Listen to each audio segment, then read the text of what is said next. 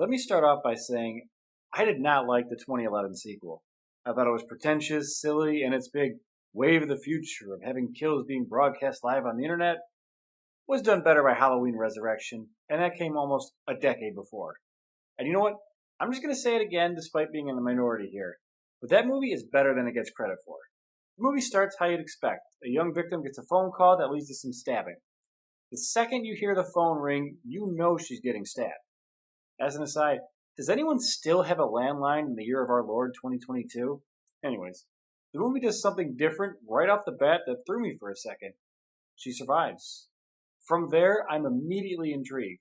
After that, Ghostface starts to pick off people who have some type of connection to the Woodsboro murders, while Sidney, Dewey, and Gale, plus some newcomers, try to stop the killer. It's pretty much the same plot from all the other movies, with enough tweaks and slight deviations from the formula to keep it interesting. Plus, we already know the stakes are high because it started off with a stabbing. But for the rest of the movie, this girl is hobbled and has to use a wheelchair, so her already dire situation is that much worse. I have some thoughts on this movie. Obviously, I wouldn't do this if I didn't. Scream 5 does a lot of things right, and for a long time, I was surprised by how much I was enjoying it. One scene in particular I really liked.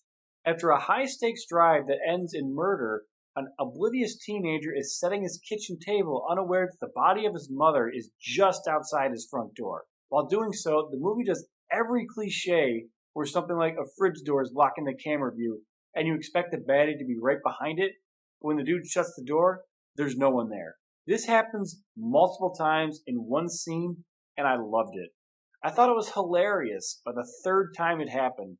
Like, your heart starts beating faster, just waiting for something each time, and then it doesn't.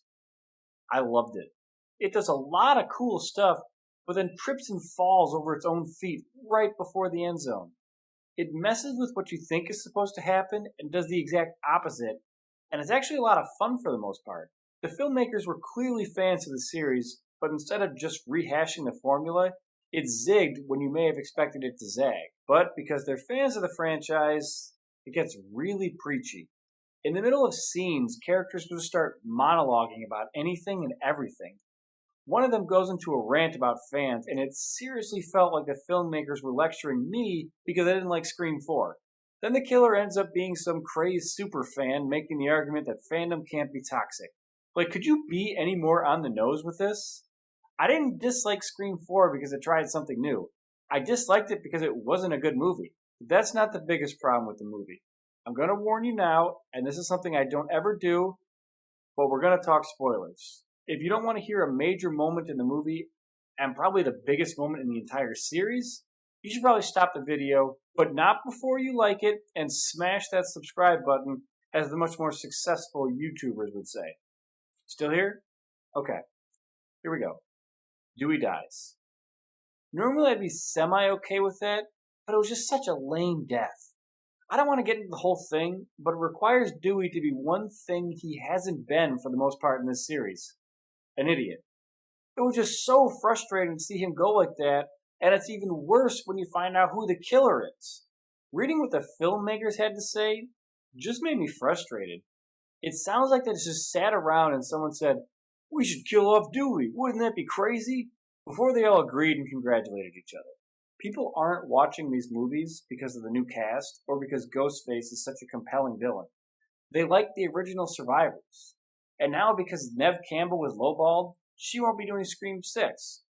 So because they killed off Dewey and decided they wanted to be cheap with the anchor of the entire series, the only link to the past now is Gale Weathers.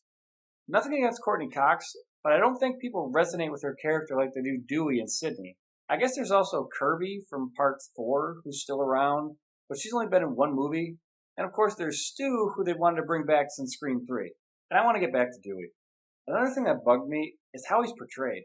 He's essentially a loser living in a trailer park and drinking himself away. I can understand the PTSD from everything he's gone through, but why is he in a trailer? His actual name is being used in a successful series of movies that spawned 8 films, with one of them just coming out the year prior. No way should he be living in squalor. Dude should just be able to live like a king off royalties. It may sound like I disliked the movie because of what they did to Dewey, which I really disliked, but the movie in general I enjoyed. Dewey's deaths certainly hurt the final ranking, but it's a fine slasher. The kills are good, the characters are mostly fun, even if they are a little too glib about the murders of their friends. It's hard to explain. Like, in the original Scream, the characters fit the usual horror movie tropes, but they felt like real people for the most part. Now, I get the series tends to point out the tropes, and that's part of the fun of the whole thing, but none of these people seem real. But to this movie's credit, it did manage to include an interesting twist. The movie also sets up something that can make for a really interesting jumping off point for future movies. I just don't know how I feel about another movie without Campbell and Arquette. His death kind of pissed me off, but I didn't dislike the movie. Like I said, I liked it. It's just the faults stood out more than its strength. And killing off Dewey, I really didn't like that. 6.5 Dr. Chainsaws.